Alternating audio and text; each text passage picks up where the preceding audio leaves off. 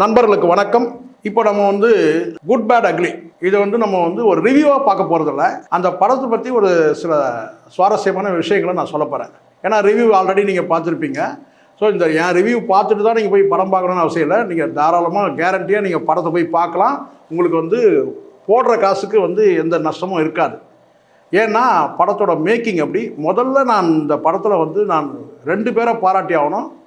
முதல் நபர் வந்து கண்டிப்பாக தலை தான். நீங்கள் நினைக்கிற மாதிரி யாரும் கண்டிப்பாக நிச்சயமாக வந்து தலையை தான் சொல்லணும். அஜித்குமார் ஏகே. ஏன்னா ஆதிக் ரவிச்சந்திரன் கிட்டனா 2 படம் எடுத்தார். த்ரிஷா இல்லை நயன்தாரா, அந்த படம் வந்து படம் ஃப்ளாப் ஆகிடுச்சு. 2வது படம் வந்து கேட்டினா வந்து மார்க் ஆண்டனி, அது பிளாக் பஸ்டர். இதுக்கு பிறகு வந்து பார்த்திங்கன்னா ஒரு படம் 3வது படம் தான் இந்த படம் குட் பேட் அக்லி.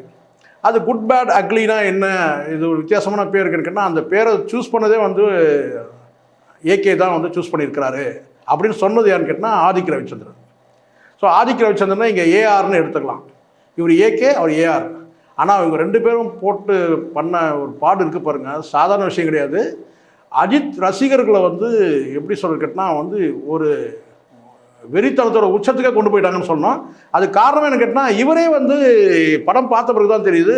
பார்க்கும்போது ஆதிக் ரவிச்சந்திரன் கேட்டால் வந்து அஜித்தோட ஃபேனு, அதுவும் வெறித்தனமான ஃபேனு அப்படின்னு சொல்லி. ஏன்னா அந்த அளவுக்கு வந்து அஜித்குமாரை வந்து அப்படியே மசாலாவில் பரட்டி உருட்டி அப்படியே அள்ளி படையல் போட்டிருக்கிறார். அப்படி தான் இருக்குது சொல்ல தோணுது. ஏன்னா படத்தோட மேக்கிங், கதையெல்லாம் பெரிய விஷயம் கிடையாது. நிறைய பேர் சொல்கிறாங்க கதைன்னா வந்து கதை இருக்கா, கதை இல்லை. லாஜிக் இருக்கா, சுத்தமாக கிடையாது. காமெடி இருக்கா, கிடையாது. சரி கவர்ச்சி ஆபாசம் இருக்கா, கிடையாது. சரிங்க மிகப்பெரிய வந்து குத்து வெட்டுன்னு சொல்லி வந்து சண்டை காட்சிகள் வந்து பெரிய அளவில் கேட்டால் வந்து ரத்தம் தெரிக்கிற மாதிரி இருக்கா, கிடையாது. சரி இது எல்லாமே கிடையாதுன்னு கேட்டால் அப்போ என்ன தாங்க இருக்குதுன்னு கேட்டால் ஏகே இருக்கிறார், அவ்வளோதாங்க, வேறு ஒன்றுமே சொல்கிறதுக்கு இல்லை. ஆதிக் ரவிச்சந்திரன் வந்து ஏகேவுடைய ரசிகர்களை வந்து உள்ளங்கையில் விரல் நுனியில் வச்சுருக்கிறார். அவருடைய மேக்கிங் அதான் சொல்லுது. படம் ஆரம்பத்திலேருந்து முதல் சண்டை காட்சியில் தொடங்கி கதையெல்லாம் ஒரு பெரிய கதை கிடையாதுங்க. மகன் வந்து ஒரு ட்ரக் கேஸில் மாட்டிக்கிறாரு, அந்த மகனை மீட்டு கொண்டு வராரு, அவ்வளோதான். வேறு முக்கிய வந்து கதையில் பெரிய என்ன வழக்கமான கதை தான் இது. ஆனால் அதை எடுத்த விதம் தான் ஆதிக் ரவிச்சந்திரனை பாராட்டணும். முழுக்க முழுக்க அஜித் ரசிகர்கள் வந்து கொண்டாடக்கூடிய ஒரு படம். அந்த அளவுக்கு படத்தை வந்து எடுத்திருக்கிறாரு. இதில் சிறப்பு அம்சம் அவனு கேட்டால் மியூசிக் வந்து என்னங்க மியூசிக்கில் கேட்டால் ஏதோ பல படங்கள் வந்து பாடலாம் தூக்கி போட்டிருக்கிறாரமேன்னு சொல்கிறாங்கல்ல, உண்மைதான். ஏன் கமல் படத்துலேருந்து கேட்டால் சகலகலாவலவன்லேருந்து கூட ஒரு பாட்டை தூக்கி போட்டிருக்காரு. அந்த பாடல்களை பயன்படுத்துகிற விதம்னு ஒன்று இருக்குல்ல, அந்த இடத்துல வந்து ஜிவி குமாரும் ஆதிக் ரவிச்சந்திரனும் அந்த கெமிஸ்ட்ரி கரெக்டாக ஒர்க் அவுட் ஆயிடுச்சு. அதுதான் சக்ஸஸ். அது வந்து ஒத்த ரூபாத்தாரன்ற அந்த பாட்டை வந்து வில்லனுக்கே கொடுத்துருக்குறாங்க. வில்லன் தான் அதை வந்து ஒரு கப்பலில் வந்து அந்த பாடல் பாடுற மாதிரியான ஒரு காட்சி. இந்த சைடில் வந்து பார்த்திங்கன்னா வந்து அஜித்தோட பழைய பாடல்களே இருக்கிற படங்கள்லேருந்து, பழைய படங்களும் கிடையாது, அவர் ஹிட் படங்கள்லேருந்து சில பாடல்களை பயன்படுத்தியிருக்கிறாங்க. ஒரு திகற்ற அளவுக்கு போகலை, ஆனால் வந்து கிட்டத்தட்ட வந்து ரசிக்கும்படியாக கொடுத்துருக்குறாங்க. அந்த பாடல்கள் வரும்போதெல்லாம் தியேட்டரில் வந்து அதகலப்படுது. எல்லாரும் நினைப்பாங்க கேட்டால் இது என்னங்க ஓல்டு போட்டு போர் அடிக்குது அப்படின்னு சொல்லவே முடியாது. படம் போர்ன்றதுக்கு வாய்ப்பே இல்லைங்க, ஒரு வார்த்தை கூட சொல்ல முடியாது படம் போர் அடிச்சிச்சுன்னு சொல்லிட்டு. இங்கே ஒரு விஷயம் நம்ம சொல்லணும். கண்டிப்பாக ஆதிக் ரவிச்சந்திரன் ஒரு விஷயத்தில் நம்ம பாராட்டணும். என்னன்னு கேட்டிங்கன்னா, ஒரு பொறுப்புள்ள ஒரு இயக்குனர், பணம் போட்ட முதலாளி நஷ்டப்படக்கூடாது. தன்னை நம்பி கால்ஷீட் கொடுத்த அந்த மெகா ஸ்டார், இந்த பிராண்ட் ஸ்டார் இருக்கார்ல, அவர் எந்த இடத்துலையும் விழுந்துடக்கூடாது. 3வதாக அவன் கேட்டால் படம் பார்க்க வரக்கூடிய அந்த ரசிகர்கள் எந்த வகையில் ஏமாந்துடக்கூடாது. இந்த 3 விஷயத்தை அவர் எடுத்து பண்ணியிருக்கிறார் சார். ஜென்ரல் ஆடியன்ஸு சில பேர் சொல்லுவாங்க இது ஜென்ரல் ஆடியன்ஸ்லாம் வந்து பார்க்குற மாதிரி இல்லைங்க, முழுக்க முழுக்க அஜித் ரசிகர்கள் தான் பார்க்குற மாதிரி இருக்குதுன்னு. இங்கே ஒரு இயக்குனர் முதல்ல எதை பார்க்குறோன்னு கேட்டால் இந்த 3 விஷயத்தை பணம் போட்ட முதலாளியும், நடிக்க கால்ஷீட் கொடுத்த வந்து ஒரு மெகா ஸ்டாரையும், நம்பி வரக்கூடிய ரசிகர்கள், இந்த 3 பேரை திருப்திப்படுத்தும் போது 4வது நபர்கள் நீங்கள் சொல்லக்கூடிய ஜென்ரல் ஆடியன்ஸ் அவங்க வந்து இந்த படத்தை வந்து பார்ப்பாங்களா அப்படின்னு சொன்னால் பார்ப்பாங்க. பார்த்தாலும் வந்து பார்த்திங்கன்னா எந்த வகையிலும் வந்து ஒரு மனக்குறையோடு போக மாட்டாங்க. பல படங்கள் உதாரணமாக சொல்ல முடியும், ஏன்னா இந்த படத்துக்கு வந்தோன்ற மாதிரி ஆகிடும். ஆனால் அப்படி இல்லை. ஜென்ரல் ஆடியன்ஸ் வந்தாங்கன்னா கூட இந்த படத்தை பார்த்து ரசிப்பாங்களே தவிர எங்கேயும் குறை சொல்ல மாட்டாங்க. அப்படி தான் இங்கே இருக்குது. இதில் குறைகள்னு சொல்லும் போது பார்த்தீங்கன்னா வந்து காமெடி வந்து ட்ரையாக இருக்குது, காமெடியே இல்லை படத்தில் இருக்குன்னா வராரு, ஒரே ஒரு சீன் தான் வராரு யோகி பாபு. ரெட்டின்ஸ் கிங்ஸ்லி இருக்கார், பட் அவர் வந்து பெரிய அளவில் காமெடி இல்லைனாலும் கூட ஒரே ஒரு சீன் தான் வந்து யோகி பாபு வராரு. அவர் சொல்லக்கூடிய ஒரே ஒரு வசனம் தான் என்னன்னு கேட்டிங்கன்னா, அவர் வந்து ஒரு செக்கிங்கில் இருக்க ஏர்போர்ட்டில் ஒரு செக் பண்ணுற இடத்துல இருக்கிறார். அவர் தான் ஒரு செக்யூரிட்டியாக இருக்கிறார், கார்டாக இருக்கிறார். அவர் சொல்லக்கூடிய ஒரே ஒரு வசனம் தான், ஒன்றுமே இல்லை. என்னன்னு கேட்டிங்கன்னா வந்து ஏகே வராரு வழி விடுங்க, வழி விடுங்கடா, ஏகே வராரு வழி விடுங்கடா, அப்படி தான் ஒரு வசனம். அதுவே வந்து பார்த்தீங்கன்னா தேட்டரில் வந்து பார்த்தீங்கன்னா அந்த ஒரு காட்சிக்கு வந்து பார்த்தீங்கன்னா பறக்குது விசில் சத்தம். எதுக்கு நான் சொல்கிறேன்னா, காமெடி ட்ரை தான், இதை தாண்டி வந்து ஆபாச காட்சிகள்ன்றதெல்லாம் சான்ஸே கிடையாது. இதில் நீங்கள் இன்னொன்று சொல்கிறீங்கன்னா வந்து சிம்ரன் உள்ளே வராங்க, ஒரு குறிப்பிட்ட ஒரு 5 நிமிஷம் தான் வராங்க, 5 நிமிஷம் ஒரு 10 நிமிஷம் தான் வராங்க. ஆனால் அவங்க வந்து நடிக்கக்கூடிய அந்த காட்சி உண்மையிலே சுவாரஸ்யமாக இருக்குது. அவங்க 2 பேரும் அஜித்தும் அவங்களும் பேசக்கூடிய அந்த கைபேசியில் பேசக்கூடிய அந்த உரையாடல் இருக்குல்ல, ரொம்ப நல்லா இருக்குது. உங்கள் உடல்நலத்தை பார்த்துங்கன்னு சொல்லும் போது அப்படி டங் ஸ்லிப் ஆகி உங்கள் இடுப்பை கொஞ்சம் பார்த்துங்கன்னு சொல்கிறாரு. ஸோ அது வந்து பார்த்திங்கன்னா வந்து விசில் பறக்குதுங்க அந்த இடத்துல. என்னன்னு கேட்டிங்கன்னா அதை அவங்க பழைய அவங்க கூட சேர்ந்து நடிக்கும் போது பல படங்களில் அந்த இடுப்பை ஆட்டி ஆட்டி அவங்க நடிக்கிற அந்த டான்ஸ் ஆடுறத வச்சு என்ன சொல்கிறாரு, உடம்பை பார்த்துங்கன்னு சொல்லும் போது கேட்டினா வந்து உங்கள் இடுப்பை பார்த்துங்கன்னு சொல்லிவிட்டு அதுக்கப்புறம் மறுபடியும் ரிவர்ஸ் ஆகி உங்கள் உடம்பை பார்த்துங்கன்னு சொல்கிறாரு. ஸோ இதெல்லாம் வந்து சுவாரஸ்யமாக இருக்குது. அந்த இடத்துல ஒரு ட்விஸ்ட் என்னென்னு கேட்டால், ரொம்ப சுவாரஸ்யமான சீன் என்னென்னா, அந்த ஒரு இடத்துல என்ன சொல்கிறாருன்னா, இவர் வந்து ஆதிக் ரவிச்சந்திரன் வந்து சொல்கிற மாதிரி கேட்டினா, சார் மேடமுக்கும் உங்களுக்கும், அதாவது சிம்ரனுக்கும் உங்களுக்கும் ஒரு டூயட் வச்சுக்கலாமா சார் இந்த இடத்துல சொன்னால், உடனே அவர் வந்து ஏகே என்ன சொல்கிறாரு கேட்டால், முதல்ல உன்னை தூக்கணுன்றார். ஸோ அது ரொம்ப ஃபேஸை காட்டலனா கூட ஆதிக் ரவிச்சந்திரனோட வாய்ஸு, சார் இந்த இடத்துல ஒரு டூயட் வச்சுக்கலாமா அப்படின்னு கேட்குறாரு. உன்னை முதல்ல தூக்கணும் அப்படின்னு சொல்லி ஒரு வார்த்தை சொல்கிறார். ஸோ ரொம்ப ஜாலியாக வந்து ஒரு என்ஜாய் பண்ணுற மாதிரி காட்சி இருக்குது. என்னென்னா இந்த படத்தில் வந்து குறைன்னு சொன்னாக்கா நம்ம எதாவது குறை சொல்லி தான் ஆகணும். இப்போ நம்ம இவ்வளோ தூரம் பேசிட்டு இவன் நம்ம குறையே சொல்லணும்னு வச்சுக்கலாம், இவங்க ஒரு வெறித்தரமான ஒரு தலையோட வந்து ரசிகம் போல இருக்குது, எல்லாத்தையுமே பாசிட்டிவாக சொல்கிறான். நாங்கள் அப்போ கொஞ்சம் நம்ம நெகட்டிவாக ஒன்று சொல்கிறோன்னு கேட்டிங்கன்னா, வில்லன்களை வந்து இன்னும் கொஞ்சம் கவனம் செலுத்தியிருக்கலாம். அர்ஜுன் தாஸ் வந்து அவருடைய நடிப்பு பாராட்டத்தக்கது, உண்மையிலே குறை இல்லை, டபுள் ரோல் பண்ணுறாரு. ஆனால் அவங்களுக்கு மேலே உள்ள அந்த பாஸுங்கள்லாம் காட்டுறாங்கல்ல, ஒவ்வொருத்தராக வில்லன்களாக காட்டும் போது எல்லா வில்லன்களும் ஏதோ வந்து இந்த சோமாலியா நாட்டில் வந்து ஒரு 15 நாள் பட்னி இருந்துட்டு வந்த மாதிரி இருக்கிறாங்க எல்லா வில்லன்களும்.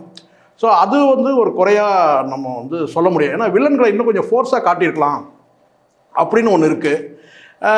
மற்றபடி ஒரு வழக்கமாக எல்லாரையும் பந்தாடுறாருன்னு வச்சுங்களேன் ஏகே. இதை தாண்டி இது ஒரு குறையாக சொல்ல, வில்லன்களை இன்னும் கொஞ்சம் போல்டான வில்லன்களை போட்டுக்கலாம். சஞ்சய் தத் மாதிரி இந்த மாதிரி அவர் உதாரணத்துக்கு தான் நான் சொல்கிறேன். ஒரு போல்டாக, ஏன்னா உங்களுக்கு தெரியும் ஜாக்கி ஷெராஃப் வந்து பார்த்திங்கன்னா வந்து வராரு, எதுக்கு வராருன்னு தெரில, பெரிய வில்லனாக காட்டுறாங்க, அப்புறம் அவர் என்ன ஆனார்னே காட்டவே இல்லை கடைசி வரைக்கும், அப்படி ஆகிடுது. ஸோ அதுக்கு பிறகு அர்ஜுன் தாஸ் தான் மெயின். இதில் 2 டபுள் ரோல் வேறு பண்ணுறாரு. டபுள் ரோல் கொடுக்காம வந்து வேறு மாதிரி கூட பண்ணியிருக்கலாம்னு நான் நினைக்கிறேன். அது ஏதோ டபுள் ரோல் கொடுத்தா, ஆனால் நடிக்கிறார் பரவாயில்ல, அவருடைய வாய்ஸ்லாம் நல்லா எடுத்து கொடுக்குது. இன்னும் கொஞ்சம் ஃபிகர் இன்னும் கொஞ்சம் போல்டாக இருந்தாருன்னா நல்லாயிருக்கும். இது ஒன்று. இல்லை வந்து கதாநாயகி வந்து பார்த்திங்கன்னா வந்து த்ரிஷாவை வந்து கதாநாயகியாக இருப்பாங்க, ஏன் வேறு ஆளே கிடைக்கலையான்ற மாதிரி ஒரு கேள்வி இருக்குது. ஏன்னா நமக்கு என்னவோ வந்து பார்த்திங்கன்னா வந்து அவங்க மேலே தனிப்பட்ட முறை ஒன்றும் இல்லைங்க, ஒரு 20 வயசு பையனுக்குள்ள ஒரு அம்மா அந்த மாதிரி ஏதாவது அவங்க இருக்கிறாங்களான்னு பார்த்தீங்கன்னா அந்த மாதிரி இல்லை. தன்னை ரொம்ப இளமையாக காட்டிக்கிறதா நினச்சிக்கிட்டு ரொம்ப உடலை வருத்தி இருக்கிறாங்க தெரியுது. அதுக்கப்புறம் பார்த்தீங்கன்னா அவங்க இந்த வயது என்ன இருந்தாலும் வயது மூப்புன்னு ஒன்று இருக்குல்ல, அந்த கழுத்தில் அந்த எலும்பெல்லாம் தெரியுது, எக்ஸ்ரேவே எடுக்க தேவையில்லைங்க. அவங்களுக்கு கழுத்தில் ஏதாவது பிரச்சனைனா அப்படியே டைரெக்டாக பார்த்து டாக்டர் செக் பண்ணி உங்களுக்கு இதாம்மா பிரச்சனை சொல்கிறாங்க. சப்போஸ் ஏதாவது நெக் ப்ராப்ளம் இல்லை வந்து நெஞ்சில் ஏதாவது ப்ராப்ளம் போனாங்கன்னா எக்ஸ்ரேவே எடுக்க தேவையில்லை. அப்படி தான் இருக்குது அவங்க பார்க்குறது. ஏதோ நான் பாடி ஷேமிங் பண்ணணுன்றது நோக்கம் கிடையாது, இருக்குன்னு சொல்கிறேன். ஏன்னா ஓரளவுக்கு விடாமுயற்சியில் ஓரளவுக்கு பார்க்குற மாதிரி இருந்தாங்க. இதில் ரொம்ப வந்து தன்னை ரொம்ப இளமையாக காட்டிக்கணும்னு சொல்லிட்டு உடலை வருத்திக்கிட்டு ரொம்ப மெலிஞ்சி போய் கேட்டால் ஒரு வசனம் கூட அதில் சொல்கிறாங்க. என்னென்னு கேட்டிங்கன்னா ஏகே கிட்ட பேசுவாங்க ஒரு வசனம். என்னன்னு கேட்டால் கணவர்கிட்ட பேசுகிறாங்க, நான் வந்து உண்மையை சொன்னால் நான் உடஞ்சி போய்டுவேன்னு சொல்லிட்டு தான் நீங்கள் உண்மையை சொல்லாமல் மறைச்சிட்டிங்களா அப்படின்னு கேட்பாங்க. உண்மையிலேயே அவங்க உடஞ்சி போகிற மாதிரி தான் இருக்கிறாங்க. ஏன்னா அவ்வளோ வந்து ரொம்ப லீனாக இருக்கிறது மட்டும் இல்லை, ஏகேக்கு வந்து பார்த்தீங்கன்னா ஒரு ஜோடியாக வந்து பார்த்தீங்கன்னா சரியான முறையில் பழைய பாடல்கள்லாம் போட்டு கொஞ்சம் ஒப்பேற்றுறாங்கன்னு வச்சுங்களேன். அந்த வலிமை படத்தில் வரக்கூடிய பழைய பாடல்கள்லாம் போட்டு ஏதோ ஒன்று பண்ணுறாங்க. பழைய பாடல்கள் நிறைய பாடல்கள் போட்டதுனால நமக்கு தெரியல ஒரு சில பாடல்கள். அது வந்து நான் கேட்டால் வந்து ஓரளவுக்கு கொஞ்சம் கம்பேர் பண்ண பார்க்குறாங்க. பட் இருந்தாலும் இந்த படத்தில் வந்து கேட்டால் வேறு எவ்வளோ இளம் கதாநாயகிகள் இல்லை அந்த இவங்களுடைய ஜென்ரேஷனில் வந்த நடிகைகள் இன்னும் கூட பல பேர் இருக்கிறாங்க, அவங்களும் கூட போட்டிருக்கலாம். இது வந்து ஏதோ இவங்க பொன்னியின் செல்வனை கம்பேக் கொடுத்த பிறகு பார்த்தீங்கன்னா எல்லாரும் த்ரீஷான்னு சொல்லி போகிறதுக்கிட்டனா எனக்கு நயன்தாராவே நம்ம வந்து ஒரு லிமிட் தான் வச்சுக்கோங்களேன். அதாண்டி விஸ்வாசம் படத்தில் பார்க்க முடிஞ்சுது, அவ்வளோதான். கிட்டத்தட்ட கதையும் அதே மாதிரி தான். அதில் மகளை காப்பாற்று, இதில் மகனை காப்பாற்று. இதில் த்ரீஷாவை தவிர்த்துட்டு வேறு யாராவது வந்து ட்ரை பண்ணியிருக்கலான்றது ஒரு பார்வை இருக்குது. மகன் கேரக்டர் நடிக்கிற தம்பி வந்து பேர் என்னன்னு தெரியல எனக்கு உண்மையிலேயே. ஆனால் உண்மையிலே வந்து பார்த்தீங்கன்னா வந்து நல்லா நடிச்சிருக்கிறார். தன்னுடைய அப்பா கிட்ட அந்த பாசத்தை காட்டுறது, ஏங்கிறது, இதெல்லாம் வந்து ரொம்ப நல்லா பண்ணியிருக்கிறாரு. மொத்தத்தில் படம் வந்து பிளாக் பஸ்டர், நோ டவுட்டு. கலெக்ஷனை பற்றி சில பேர் சொல்கிறாங்க, இன்றைக்கி இவ்வளோதாங்க கலெக்ஷன் ஆச்சு, இது விடாமுயற்சியோட கம்மி, இதை கோட்டை விட அதிகம், இப்படி அதோட சொல்கிறாங்க. எனக்கு அதில் எனக்கு பெரிய உடன்பாடிக்கை இல்லைங்க. எனக்கு ஏன்னா இந்த கலெக்ஷன் மேட்டர்லேயே நம்ம போகக்கூடாது. இது வந்து தியேட்டர் உரிமையாளர்களுக்கும் வந்து தயாரிப்பாளர்களுக்கு இந்த டீம், அந்த ப்ரொடக்ஷன் டீமுக்கு உள்ளது தான். நமக்கு அது உள்ளே போயிட்டு கேட்டினா இவங்க வந்து உண்மையான நிலவரம் தெரியாமல் நம்ம அதை வந்து பேசுறது சரியாக இருக்காது. நமக்கு அது அவசியமும் கூட கிடையாது. நமக்கு 3 விஷயம்தான். இந்த படம் வந்து கேட்டினா வந்து சக்ஸஸ். ஏகே எப்படி இருக்கார், பழைய ஏகேவா நமக்கு தெரிகிறார். பழைய ஏகேனா நான் கேட்டால் ரொம்ப ஓல்டு நினச்சிடாதீங்க. விடாமுயற்சிக்கு முன்னாடி இருந்த அந்த விஸ்வாசம் படத்துக்கும் துணிவு படத்தில் இருந்த அந்த ஏகேவை நம்ம பார்க்குறோம். விடாமுயற்சியில் இருக்கிற அந்த ஏகே இதில் இல்லை. இதெல்லாம் புழக்கிற, அதில் வந்து கேட்டால் மன்னிப்பு கேட்குற ஏகேவாக இருப்பார், வந்து மன்றாடி மனைவியை மீட்டக்கூடிய ஏகேவாக நம்ம அதில் பார்த்தோம். இதில் அப்படி கிடையாது, புழக்கிறாரு, பார்க்குறவங்களாம் புழக்கிறாரு, சந்தேகப்பட்டாலே புழக்கிறாரு. அந்த மாதிரி கேட்டால் வந்து வில்லன்களை பந்தாடக்கூடிய ஒரு ஏகேவாக நம்ம பார்க்குறோம். 2வது கேட்டால் 3வது கேட்டால் ரசிகர்களுக்கு வந்து ஏமாற்றமே கிடையாது, 100% கிடையாது. இதை தாண்டி இந்த 3 விஷயத்தை கடந்து ஜென்ரல் ஆடியன்ஸ் வராங்கன்னா அவங்களுக்கு ஏமாற்றம் இல்லை. அந்த 2.5 மணி நேரம் 2.25 மணி நேரம் நாங்கள் வந்து பார்த்தீங்கன்னா வந்து ஜாலியாக என்ஜாய் பண்ணிட்டு போங்க. ஃபேமிலி ஆடியன்ஸ் தாராளமாக வரலாம். ஒட்டுமொத்தமாக நான் வந்து இந்த இடத்துல வந்து 2 பேருக்கு தான் நான் வந்து நன்றி சொல்வேன். என்னென்னு கேட்டிங்கன்னா நன்றியே சொல்வேன். ஏன்னு கேட்டிங்கன்னா ஒரு பொறுப்புள்ள ஒரு நடிகராக வந்து கேட்டினா ஒரு படத்தில் கமிட் ஆகி இயக்குனர் என்ன சொல்கிறாரோ அதை செஞ்சுருக்கிறாரு ஏகே. அதில் முதல் வந்து அவருக்கு நம்ம வந்து இந்த உண்மையிலே சொல்லிங்கன்னா ஒரு பொறுப்பான, ஏன்னா அவருக்கு பல அவார்டுகள் வாங்கினது நம்ம பார்த்தோம். சமீபத்தில் கார் சேசிங்கில் போயிட்டு அவருக்கு பத்மபூஷன் பட்டம் கொடுத்ததெல்லாம் பார்த்தோம். அவர் நிறைவான ஒரு கட்டினா எந்த இடத்துலையும் ஆபாசத்தை தவிர்த்து இருக்கிறாரு ஏகே. அதுதான் அதுதான் நன்றி சொல்லணும். முதல்ல ஃபேமிலி ஆடியன்ஸ் போகலாம் தாராளமாக. ஆபாச காட்சி ஒரு காட்சி கூட கிடையாது, தைரியமாக நீங்கள் போகலாம். அது ஒன்று. 2வது என்னன்னு கேட்டிங்கன்னா வந்து முழுக்க கேட்டால் வந்து ரசிகர்கள் என்ஜாய் பண்ணுற மாதிரி கேட்டால், கடந்த காலத்தில் என்கிட்ட ஒரு தம்பி பேசுகிறார் ஒரு டீ கடையில், இதே வடபழனியில். சார் நீங்கள் யூடியூப்பில் பேசுகிறீங்களா சார், ஏகேவை வந்து வருஷத்துக்கு 2 படமாவது கொடுக்க சொல்லுங்கள் சார் சொல்லி ரொம்ப ஏக்கத்தோடு சொன்னார். அப்போ நான் சொன்னேன், இப்போ நான் டெய்லி மீட் பண்ணுறேன் அவருன்னா, இல்லை சார் நீங்கள் யூடியூப்பில் பேசும்போது சொல்லுங்கள் சார்.